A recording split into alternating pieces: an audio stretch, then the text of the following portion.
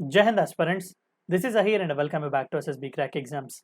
One of the most important concepts हमारे Indian constitution का fundamental duties है, यानी कि मौलिक कर्तव्य जो हम सभी नागरिकों को दिए गए हैं। करंटली इंडिया के कॉन्स्टिट्यूशन में 11 फंडामेंटल ड्यूटीज बताए गए हैं। तो आज के इस वीडियो में हम डिस्कस करने की कोशिश करेंगे कि वो 11 फंडामेंटल ड्यूटीज क्या हैं।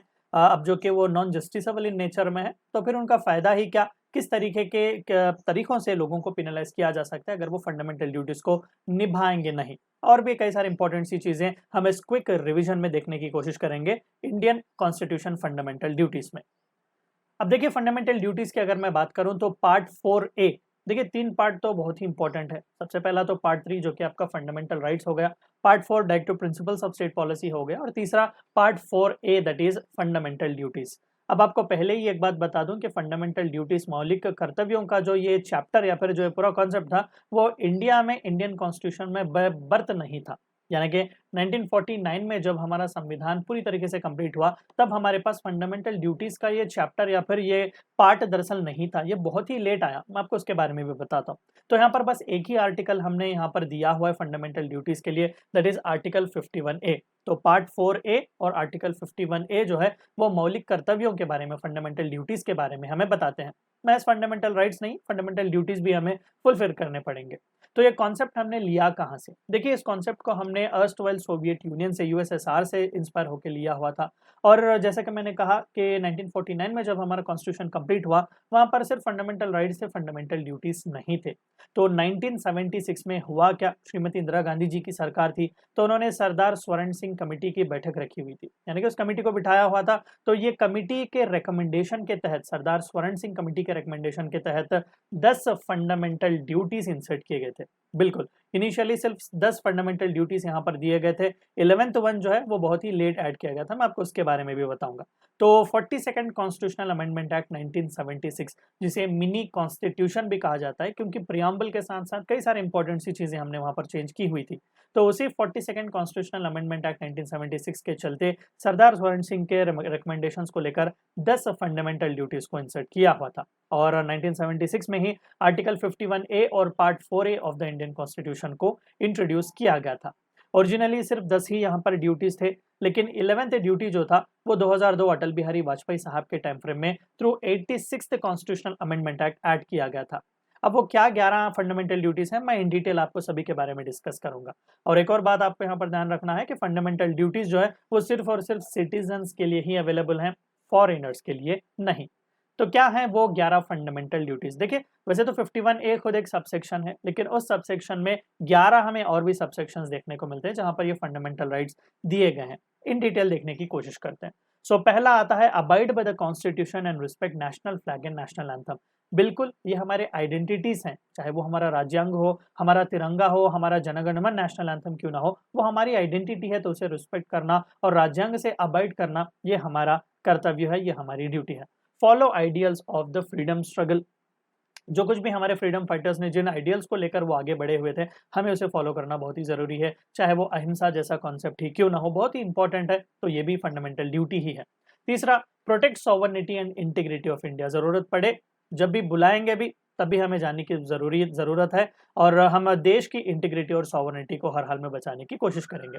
चौथा, defend the country and render national services when called upon. अभी जैसे कि मैंने कहा कि जब जब जरूरत पड़े देश को आपको जाना पड़ेगा वहां पर। Spirit of common brotherhood, fraternity का भी आप कॉन्सेप्ट देख सकते हैं, भाईचारगी का भी कॉन्सेप्ट देख सकते हैं। तो एक दूसरे के साथ भाईचारगी का, मिलन मोहब्बत के साथ आगे बढ़ना, ये भी आपका एक कर्तव्य है। प्रिजर्व कॉम्पोजिट कल्चर, हिंदू मुस्लिम सिख ईसाई सभी मिलकर इस देश में रह रहे हैं, अलग अलग लैंग्वेजेस यहाँ पर है, अलग अलग ट्रेडिशंस और कल्चर्स यहाँ पर है, तो उस कॉम्पोजिट कल्चर को भी बचाने की कोशिश हमें करना चाहिए। मैं कई बार एग्जांपल्स भी देता हूँ कि गार्डन में अगर सिर्फ गुलाब के ही फूल हैं तो वो बहुत ही ना उतना अट्रैक्टिव नहीं दिखेगा। वही अगर अलग अलग कलर्स के फ्लावर्स हमें अगर दिखेंगे तो जाहिर सी बात है वो गार्डन बहुत ही खूबसूरत हमें दिखेगा। प्रोटेक्ट नेचुरल एनवायरनमेंट, बिल्कुल, और साइंटिफिक टेम्पर को हम डेवलप करने की कोशिश करेंगे। सुपरस्टिशंस वगैरह ये जितनी भी चीजें हैं हम उन्हें शन करेंगे और साइंटिफिक टेम्पर की मदद से, लॉजिक की मदद से ही हम आगे बढ़ने की कोशिश करेंगे।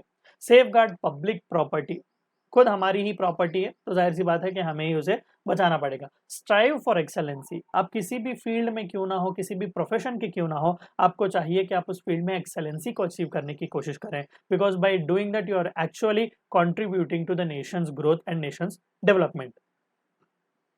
और सबसे आखिर वाला 2002 में जो ऐड किया गया था, वो ड्यूटी दी गई थी सभी पेरेंट्स और गार्डियंस को जिनके बच्चे हैं या फिर जो गार्डियनशिप के तहत जो बच्चों को देखभाल कर रहे हैं, 6 से 14 साल के बीच जितने भी बच्चे हैं, छोटे बच्चे, उन्हें यूनिवर्सल प्राइमरी एजुकेशन का फंडामेंटल राइट अंडर आर्टिकल 21 ए दिया गया है, तो उसे यहाँ पर फुलफिल कराएंगे। उन पेरेंट्स और उन गार्डियंस पर ये जिम्मेदारी रखी है कि वो अपने बच्चों को स्कूल ज़रूर भेजें। अब कई सारे देखिए, जितने भी स्टेटमेंट्स हमने पढ़े उसमें से ज़्यादा स्टेटमेंट्स वेग हैं। जैसे कि आप ये सेकंड स्टेटमेंट देख लें, follow ideals of freedom struggle. अच्छी बात है, हम अहिंसा जैसे कॉन्सेप्ट को तो आसानी से फॉलो कर सकते हैं। वही अगर हम भगत सिंह, सुभाष चंद्र बोस जैसे, क्योंकि वो भी फ्रीडम फाइटर्स ही हैं, उनके आइडियल्स को फॉलो करें कैसे? यानी कि एग्जाम्पल मैं आपको दे रहा हूँ, भगत सिंह जी ने तो पार्लियामेंट में बॉम्ब फोड़ा हुआ था। पर्पस ये नहीं था कि किसी को जान से मारे, पर्पस ये था कि हमारी आवाज को कोई सुने। अगर आज की सरकार हमारी बात नहीं सुन रही तो क्या हम ऐसा एक्सट्रीम स्टेप उठा सकते हैं? तो पॉलिटिकल एक्सपर्ट्स ने वहां पर भी क्वेश्चंस किए हुए थे, ठीक है। और एक और इम्पोर्टेंट सा जो डिस्कशन यहाँ पर ये हुआ कि ये सभी जितने भी फंडामेंटल ड्यूटीज हैं वो नॉन जस्टिसेबल हैं, यानी कि इनका उल्लंघन करने पर या फिर कोई भी सिटीजन अगर इन्हें फॉलो नहीं करता तो जाहिर सी बात है कि आप उसे लेकर कोर्ट कचहरी में नहीं जा सकते। तो फिर फायदा ही क्या नाम के लिए इन सभी फंडामेंटल ड्यूटीज को, कर्तव्यों को देखकर, ठीक है। सो इस पर डिस्कशन हुआ था और 1999 में वर्मा कमेटी को बिठाया गया था फंडामेंटल ड्यूटीज पर काम करने के लिए। सरकार ने उन्हें एक चीज बताई हुई थी कि भाई सम लीगल प्रोविजंस जितने भी हैं, ताकि हम इन फंडामेंटल ड्यूटीज को एनफोर्स कर सकें। वैसे तो ये नॉन जस्टिसेबल है, लेकिन फिर भी क्या हमारे पास अलग अलग लॉस नहीं है, पीनल कोड्स हमारे पास नहीं है क्या जिसके तहत फंडामेंटल ड्यूटीज का उल्लंघन करने पर हम उन्हें पिनलाइज कर सकते हैं। तो वर्मा कमेटी जी की रिपोर्ट ने फंडामेंटल ड्यूटीज पर इन सभी लीगल प्रोविजंस को आइडेंटिफाई किया और कहा कि बिल्कुल कर सकते हैं। कई सारे एग्जांपल्स भी यहाँ पर दिए, जैसे कि फर्स्ट हमने देखा यहाँ पर abide by constitution, respect national flag and national anthem. अगर कोई भी डिसरिस्पेक्ट वगैरह करता है तो उसे prevention of insults to national honours act 1971 के तहत उसे पिनलाइज किया जा सकता है।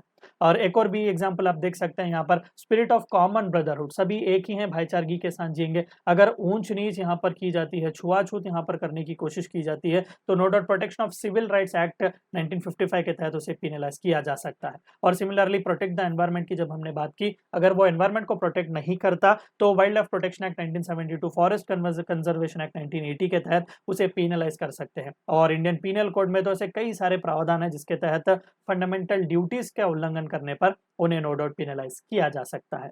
तो ये थी चंद बातें आपको फंडामेंटल ड्यूटीज के बारे में जाननी थी। Meet you next time, until then stay healthy, stay safe, Jai Hind. अगर आप एक डिफेंस एस्पिरेंट हैं और SSB interview, NDA, CDS, AFCAT जैसे एग्जाम्स के लिए प्रिपेयर कर रहे हैं तो आप एसएसबी क्रैक एग्जाम्स के कोर्स को चेक करना ना भूलें। आप हमारी लर्निंग एप्लीकेशन को गूगल प्ले स्टोर से भी डाउनलोड कर सकते हैं।